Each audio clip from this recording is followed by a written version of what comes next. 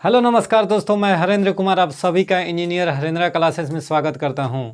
जैसा कि आज बहुत ही लाजवाब शानदार टॉपिक पर डिस्कस करने जा रहा हूं कि हवा की उत्पत्ति कहां से और कैसे होती है। अधिकतर स्टूडेंट को ये समझ में नहीं आता है कि हवा तो आता है मेरे पास सर, लेकिन कहाँ से और कैसे हवा आता है। बहुत टॉपिक शानदार है। इससे कई बार पेपर में पूछा हुआ क्वेश्चन है कि चक्रवात का निर्माण कैसे होता है, लैंड ब्रिज क्या होता है, सी ब्रिज क्या होता है। ये सब हमेशा पेपर में पूछता है कि दिन की समय हवाएं किधर से किधर चलती हैं, रात्रि के समय हवाएं किधर से किधर चलती हैं। इस पर सारा टॉपिक पर आज डिस्कस हम लोग करेंगे। ठीक है दोस्त, आइए आज बहुत ही बेहतरीन, बहुत ही शानदार आइडिया के साथ इसको समझते हैं। ठीक है, देखिए हवा की उत्पत्ति कैसे होती है। हवा की उत्पत्ति मेरा टॉपिक है आज के कि हवा की उत्पत्ति सर आखिर होती है तो कैसे होती है। सर हम लोग बार बार सोचते हैं ना कि हवा तो आता है मेरे पास, हवा नहीं चल रही है। आखिर इसके पीछे वजह क्या है सर, आखिर कहाँ से उत्पन्न होता है, कैसे उत्पन्न होता है। बहुत ही शानदार टॉपिक है। ठीक है दोस्त, आइए देखो दोस्त, हवा की उत्पत्ति का वजह जानते हो क्या है। समुद्र में चक्रवात, सुनामी का आना। चक्रवात और सुनामी का आना हवा निर्माण का मुख्य प्रक्रिया है। ये सॉरी, चक्रवात और सुनामी क्या होता है। हमारा तो पहला बार आप समझाएं कि चक्रवात और सुनामी क्या होता है। देखो दोस्त, चक्रवात और सुनामी कहाँ आता है, समुद्र में। कहाँ पर, समुद्र में आता है। अब चक्रवात क्या होता है सर, सुनामी क्या होता है, मामला इसी में फंस जाता है। हवा का निर्माण का मुख्य प्रक्रिया आप बता दिए कि यही है। मुख्य प्रक्रिया कौन सा है, चक्रवात और सुनामी। देखिए सुनामी जो है ना दोस्त, सुनामी एक जापानी शब्द है। कैसा शब्द है, सुनामी एक जापानी शब्द है। गौर फरमाइएगा, सुनामी कैसा शब्द है, एक जापानी शब्द है। ये पेपर में कई बार पूछा हुआ क्वेश्चन है, कंपटीशन में कई बार पूछा हुआ है कि सुनामी कैसा शब्द है, तो सुनामी एक जापानी शब्द है। सुनामी जापानी शब्द है। अब सर चक्रवात जो है ना, हमको नहीं समझ में आता है ना कि चक्रवात सुनामी समुद्र में बनता है कैसे।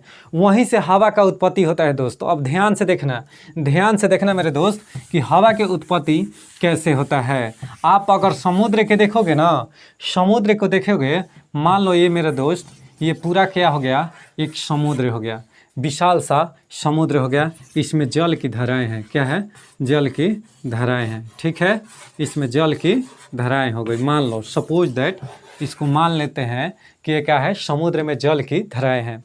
अब देखो समुद्र के केंद्र में अगर लो प्रेशर बनता है ना, लो प्रेशर का मतलब होता है कि निम्न दाब के कारण क्या होता है, लो प्रेशर के चलते क्या होता है कि बाहरी हवाएं जो होती हैं ना, बाहरी हवाएं यहाँ पर आकर घेरने लगती हैं। कहाँ पर, केंद्र पर। नहीं समझे सर, ये क्या बात कर रहे हैं। देखो लो प्रेशर के चलते चक्रवात की उत्पत्ति होती है। यानी इसको साइक्लोन कहते हैं इंग्लिश में। क्या कहते हैं, साइक्लोन, चक्रवात। ठीक है, चक्रवात कहने का मतलब है कि साइक्लोन। क्या चीज़, साइक्लोन। ठीक, अब साइक्लोन सर है ना, चक्रवात की उत्पत्ति का कारण सर क्या है, तो समुद्र के केंद्र में लो प्रेशर बनना। कहाँ, लो प्रेशर बनना। अच्छा सर, ये लो प्रेशर का मतलब होता है निम्न दाब। अगर दोस्त यहाँ पर निम्न दाब बनेगा ना, यहाँ पर लो प्रेशर बनेगा, तो क्या होगा कि बाहरी हवाएं अधिक दाब पर होगी। तो बाहरी हवाएं अधिक दाब पर होगी तो क्या करने लगेगी, इसके चारों ओर चक्कर काटने लगेगी। क्या करने लगेगी, चारों ओर रिवोल्यूशन करने लगेगी, यानी घूमने लगेगी। जिससे जो यहाँ के पानी है ना, जो यहाँ का वाटर है, वो क्या होने लगेगा, मूव करने लगेगा। क्या करने लगेगा, मूव करने लगेगा। क्या है कि बाहरी प्रेशर हाई है और केंद्र में लो प्रेशर है, यानी बाहर के उच्च दाब है और केंद्र में निम्न दाब है। तो क्या होता है ना कि बाहर से केंद्र की ओर हवाएं चलने लगती है। यानी बाहर से केंद्र की ओर हवाएं चलने लगती है। अब सर बाहर से केंद्र की ओर हवाएं चलने लगती है तो क्या होता है सर, जब बाहर से केंद्र की ओर हवाएं चलने लगती है ना दोस्त, तो क्या होता है कि पानी जो होता है एक दूसरे में मूव करने लगता है। ठीक है। यानी जब बाहर से केंद्र की ओर चलने लगता है तो इधर का पानी टकराएगा, क्या करेगा, टकराता है, जिससे वो क्या रहेगा, वो चक्कर खाते हैं, घुलटिया जिसको कहते हैं ना, लुढ़कने लगेगा एक दूसरे से। अब वहीं क्या कर लेगा कि धीरे धीरे धीरे धीरे विशालकाय रूप ले लेगा। वहीं क्या होगा, धीरे धीरे पानी का बवंडर बड़ा सा उठने लगेगा। इसी को कहते हैं चक्रवात। यानी लो प्रेशर के चलते, केंद्र में लो प्रेशर के चलते, ठीक है, पानी का एक बहुत बड़ा बवंडर खाड़ होना ही क्या कहलाता है, चक्रवात होता है, चक्रवात कहलाता है। चक्रवात का मुख्य कारण क्या है, तो निम्न दाब। ये पेपर में हमेशा पूछता है दोस्त, ये पेपर में हमेशा पूछता है, गौर फरमाइएगा कि चक्रवात का मुख्य कारण क्या है। मुख्य कारण केंद्र में, समुद्र के केंद्र में लो प्रेशर यानी निम्न दाब उत्पन्न होना, ठीक है। यही इसका मुख्य कारण है। हमेशा पेपर में यह पूछता है कि चक्रवात का मुख्य कारण क्या रहता है सर, तो चक्रवात का मुख्य कारण लो प्रेशर रहेगा। जहाँ पर लो प्रेशर बनेगा, यानी मान लो समुद्र में जहाँ पर केंद्र अगर नहीं लिखोगे ना तब हो, यानी का मुख्य कारण समुद्र में निम्न दाब उत्पन्न होना है। कहीं भी अगर यहाँ पर निम्न दाब उत्पन्न हो गया तो समझो कि यहीं से क्या होगा, चक्रवात बनना शुरू हो जाएगा, ठीक है। चक्रवात समझ गए। और चक्रवात के जैसा ही हलचल ही होता है सुनामी, ठीक है, सुनामी। अच्छा सर ये भी समझ गए। अब सर होता क्या है ना कि वो हवाएं बवंडर का रूप धारण करती हुई, लुढ़कती हुई किनारे पर आती हैं। यानी ये हवाएं क्या करेगी, समुद्र से तट की ओर, ये सब क्या है, तट। अब बताओ ये हवाएं का धारा जो है, इससे टकराया और टकराते हुए तट की ओर आएगी। अब यही पानी जब टकराता है ना एक दूसरे से तो हवा का निर्माण होता है, वहीं से हवा का निर्माण होता है। यानी अगर सिंपल सा वे में समझो कि अगर हम यहाँ से ऐसे तेज़ी से ऐसे करेंगे तो हमारे पीछे देखना कि कुछ हवा हमसे टकराता है, कुछ हमसे जो एटमॉस्फेयर के पार्टिकल्स है वो हमसे क्या होते हैं, टकराते हैं। यही सब जो तेज अगर टकराव होगा ना तो क्या होगा, हवा की उत्पत्ति होती है, ठीक है। यानी यही क्या होता है ना कि जलधाराएं जब समुद्र की ओर कहाँ आ जाती हैं, समुद्र के तट की ओर आती हैं, धीरे धीरे समुद्र के यानी केंद्र से धीरे धीरे समुद्र के तट पर आती हैं लुढ़कते हुए, ठीक, बवंडर का बहुत विशाल टकराते हुए, ठीक है, जल की गंभीर मतलब रूप धारण करे हुए कहाँ आती है, तट की ओर आती हैं, तो वहीं से हमारा हवा का निर्माण हो जाता है। इसीलिए जिधर साइक्लोन या चक्रवात आता है तो उस एरिया में खूब भारी बारिश और हवा का निर्माण होता है। यानी खूब तेज आंधी तूफान भी आएगा और बारिश भी बहुत ज़ोरों से होती हैं, ठीक है, और बारिश भी बहुत ज़ोरों से होती हैं। तो हम उम्मीद करते हैं कि हवा की उत्पत्ति कहाँ से होती है आप लोग समझ गए। लेकिन पेपर में सर क्या पूछता है, अब आइए पेपर का क्वेश्चन मैं बताता हूँ कि पेपर में कहाँ से और कैसे पूछता है, गौर फरमाइएगा, ठीक है। ध्यान दीजिएगा कि पेपर में कैसे पूछता है कि लैंड ब्रिज यानी स्थलीय पवन, इसको इंग्लिश ज़्यादा पूछता है, लैंड ब्रिज। इसको हिंदी में लिख देगा, इंग्लिशवा जो है ना इसको हिंदी में लिख देगा ना कि सर लैंड ब्रिज क्या होता है। देखो दोस्त, एक होता है सी ब्रिज और एक होता है लैंड ब्रिज। एक होता है सी ब्रिज यानी समुद्री हवाएं, ठीक है, समुद्री हवाएं या पवन, समुद्री पवन या हवाएं कहो, पवन या हवाएं, इसको कहते हैं सी ब्रिज। क्या कहते हैं, सी ब्रिज। अब सर ये लैंड ब्रिज या सी ब्रिज के क्या मामला है गुरु देखना, अगर नहीं समझाए तो वीडियो छोड़कर चले जाना। समझ में आ गया तो 10 दोस्त के पास कम से कम शेयर करना। देखो अब लैंड ब्रिज और सी ब्रिज यानी स्थलीय पवन और समुद्री पवन क्या होता है सर समझिए। जैसे देखो मान लो ये सिंपल सा, इसको मैं मिटा कर यहाँ पर लिख रहा हूँ। ध्यान से देखना कैसे इसको लिख रहा हूँ, कौन सा तो सी ब्रिज यानी समुद्री हवाएं या पवन, ठीक है, इसको सी ब्रिज कहते हैं, इंग्लिश में क्या कहते हैं, सी ब्रिज कहते हैं। अब गौर फरमाइएगा, अगर मान लो दोस्त ये हो गया मेरा समुद्र, क्या हो गया समुद्र। यहाँ पर हो गया मेरा घर, क्या हो गया, मेरा घर अर्थात स्थल हो गया। ठीक है, ये मान लो एगो घर, सपोज दैट यहाँ पर मान लो एक घर हो गया। ठीक है, अगर मान लो दोस्त यहाँ पर एक घर हो गया, अच्छा जी, अब मान लो कि ये समुद्र हो गया, क्या हो गया, समुद्र। ठीक है, समुद्र हो गया और यहाँ पर घर हो गया, यानी स्थल, स्थल। अच्छा जी, स्थल, ये समुद्र हो गया, ये सब जल है, क्या है, ये सब जल है। अब देखना, गौर फरमाना, कह रहा है कि स्थलीय पवन क्या है। तो देखना दोस्त, क्या होता है कि डे के समय, दिन के समय सूर्य के प्रकाश की उपस्थिति के चलते क्या होता है कि यहाँ के वायुमंडलीय हवाएं गर्म होकर ऊपर उठती हैं, ऊपर उठती हैं। ध्यान से सुनिएगा, क्या होता है कि दिन के समय सूर्य के रोशनी के चलते, दिन के समय सूर्य के प्रकाश में हवाएं जो होती हैं, वायुमंडल में उपस्थित हवाएं गर्म होकर ऊपर उठ जाती हैं। अब गौर फरमाइएगा कि जब नीचे है अभी वो हवा, वो ऊपर उठ गई तो नीचे का स्पेस खाली हो गया ना। और जब नीचे का जगह खाली हो गया दोस्त, तो नीचे का तो जगह कभी जानते हो कि कभी खाली नहीं रह सकता है, यानी उसमें कुछ ना कुछ भरेगा ही। तो अब क्या होता है कि इसके अंदर हवाएं समुद्र से स्थल की ओर आती हैं। जो स्पेस हमारा खाली होता है तो क्या होता है, समुद्र से स्थल की ओर आती है हवाएं।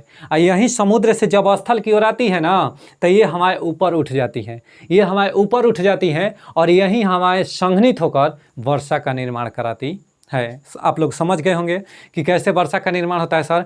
जब वाष्प बनकर या हवाएं गर्म होकर जब ऊपर वायुमंडल में जाती हैं, गर्म होकर ऊपर वायुमंडल में जाती हैं, तो वहीं संघनित हो जाती हैं। संघनित कहने का मतलब सर, एक दूसरे में एकदम सघन हो जाएगी, डेंस हो जाएगी, डेंस हो जाएगी अर्थात एक दूसरे में मिल जाएगी। और जब मिल जाती है ना, तो यहीं एक बादल का फॉर्मेशन करती हैं। ठीक है, और यहीं एक वर्षा का निर्माण होता है। ठीक है, अब आइए, अब देखिए यहाँ पर मुद्दा है कि सर स्थलीय हवाएं और समुद्री हवाएं क्या होता है। तो देखो, दिन के समय क्या होता है कि सूर्य की उपस्थिति के चलते क्या होता है कि हवाएं सूर्य के प्रकाश में गर्म होकर ऊपर उठ जाता है। कहाँ उठ जाता है, ऊपर उठ जाता है, जिससे नीचे का स्पेस जो हो जाता है ना, वो खाली हो जाता है। तब क्या होता है कि समुद्र से हवाएं किधर चलने लगती हैं, समुद्र से हवाएं स्थल की ओर आने लगती हैं, समुद्र से हवाएं स्थल की ओर आने लगती हैं। इसी को किधर से किधर, समुद्र से स्थल की ओर आने लगती हैं, तो इसी को सी ब्रिज कहते हैं। क्या कहते हैं, सी ब्रिज कहते हैं, सी ब्रिज कहते हैं। आसानी से समझो, जब समुद्र से हवाएं स्थल की ओर आएगी तो इसको क्या कहेंगे, सी ब्रिज। समुद्री हवाएं, समुद्री हवाएं या पवन कहो, इसी को कहते हैं। ठीक है, समुद्री हवाएं, यानी समुद्र से चलकर स्थल की ओर आएगी तो उसको क्या कहेंगे, समुद्री हवाएं। अब समुद्री हवाएं सर तो दिन की तरफ चलती हैं, यानी दिन में चलती हैं। अच्छा सर, ये तो समझ गए। और जब स्थल से समुद्र में आएगी तब समझ जाना कि क्या होगा। जब स्थल से समुद्र में आएगी हवाएं तो इसको कहेंगे स्थलीय पवन, इसको कहेंगे स्थलीय पवन या हवाएं, स्थलीय पवन या हवाएं। अब सर मामला हमको नहीं समझे, ये तो समझा दिए बहुत अच्छा से, ये वाला समझाइए ना। होता क्या है ना दोस्त कि अब ये समुद्री हवाएं, लैंड ब्रिज तो समझ गए कि सी ब्रिज समझ गए कि समुद्र से स्थल की ओर आया। ठीक है सर, यहाँ तक तो समझ गए, लेकिन स्थलीय हवाएं नहीं समझे। देखो, स्थल से रात्रि के समय, कब, रात्रि के समय क्या होता है कि इधर के हवाएं गर्म हो जाती हैं, यानी इधर के हवाएं जब ठंडी हो जाती हैं तो समुद्री हवाएं क्या हो जाती हैं, गर्म हो जाती हैं, जिससे उधर के जो है ना समुद्री हवाएं अपना क्या करती है कि स्पेस छोड़कर ऊपर उड़ने लगती हैं, यानी ऊपर की ओर जाती हैं। समुद्री हवाएं रात्रि के समय गर्म हो जाती है, दिन के जलवाष्प के चलते, यानी सूर्य के प्रकाश के चलते क्या होता है कि उसका अपोजिट रिएक्शन होता है, यानी रात में क्या होता है कि उधर का वाष्पन क्रिया तेज हो जाता है, अर्थात समुद्री जो हवाएं हैं ना गर्म होकर ऊपर उठती हैं। तब रात्रि के समय क्या होता है कि स्थलीय पवनें समुद्र की ओर प्रवेश करने लगती हैं, स्थलीय हवाएं समुद्र की ओर प्रवेश करने लगती हैं। इसी को कहते हैं लैंड ब्रिज। क्या कहते हैं, लैंड ब्रिज। तो इसी को स्थलीय पवन कहा जाता है। आराम से समझना दोस्त, इसको समझा दिए कि जब स्थल से आएगा समुद्र की ओर तो क्या कहलाएगा, स्थलीय पवन। अब देखिए स्थलीय पवन क्या है सर, स्थलीय पवन, आइए इसको समझते हैं।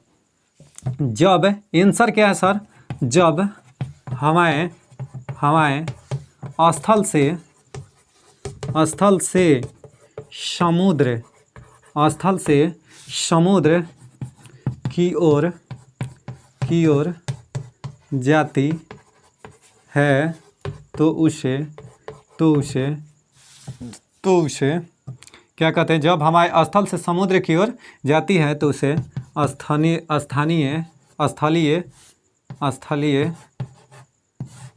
पवन या स्थानीय पवन, स्थलीय या स्थानीय यहाँ भी लिख दो, स्थानीय पवन कहते हैं। अब स्थानीय पवन कब चलता है सर? तो हमारे स्थल से समुद्र की ओर कब चलेगी सर? तो रात्रि के समय, यानी यह प्रक्रिया रात्रि में होती है। ये पेपर में कई बार पूछा है कि रात्रि के दौरान हवाएं किस तरफ से किस ओर चलती हैं। ये भी एक कंसेप्ट है, ध्यान से देखना दोस्त, ये सब एग्जाम में पूछा हुआ क्वेश्चन है, एकदम ध्यान से समझना दोस्त, इग्नोर मत करना, ठीक है। यह प्रक्रिया रात्रि में होती है, यानी जो स्थलीय पवन है वह स्थल से समुद्र की ओर कब जाती है? रात्रि में। तो स्थलीय पवन रात्रि में होती है, ठीक है। अब आइए, अब गौर फरमाइएगा, ध्यान दीजिए।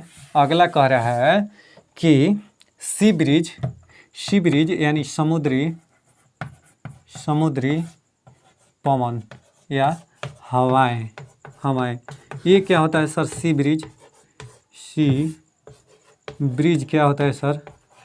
सी ब्रिज क्या होता है बेसिकली जान लो। जब हवाएं देखो समुद्री है तो समुद्र से, जब हवाएं समुद्र से स्थल की ओर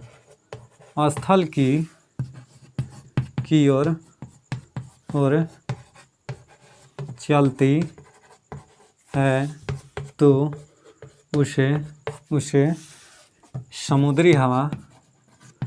समुद्री हवाएं कहते